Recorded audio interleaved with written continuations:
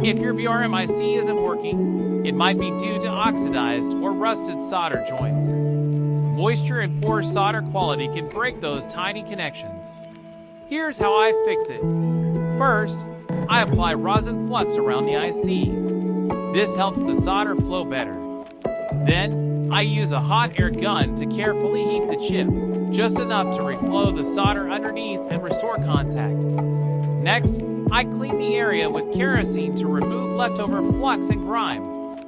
Once dry, I go in with a soldering iron and touch up each IC pin, making sure every leg has a solid connection. Finally, I clean the board again to finish the job. This quick reflow and cleanup can bring a dead IC back to life. No replacement needed.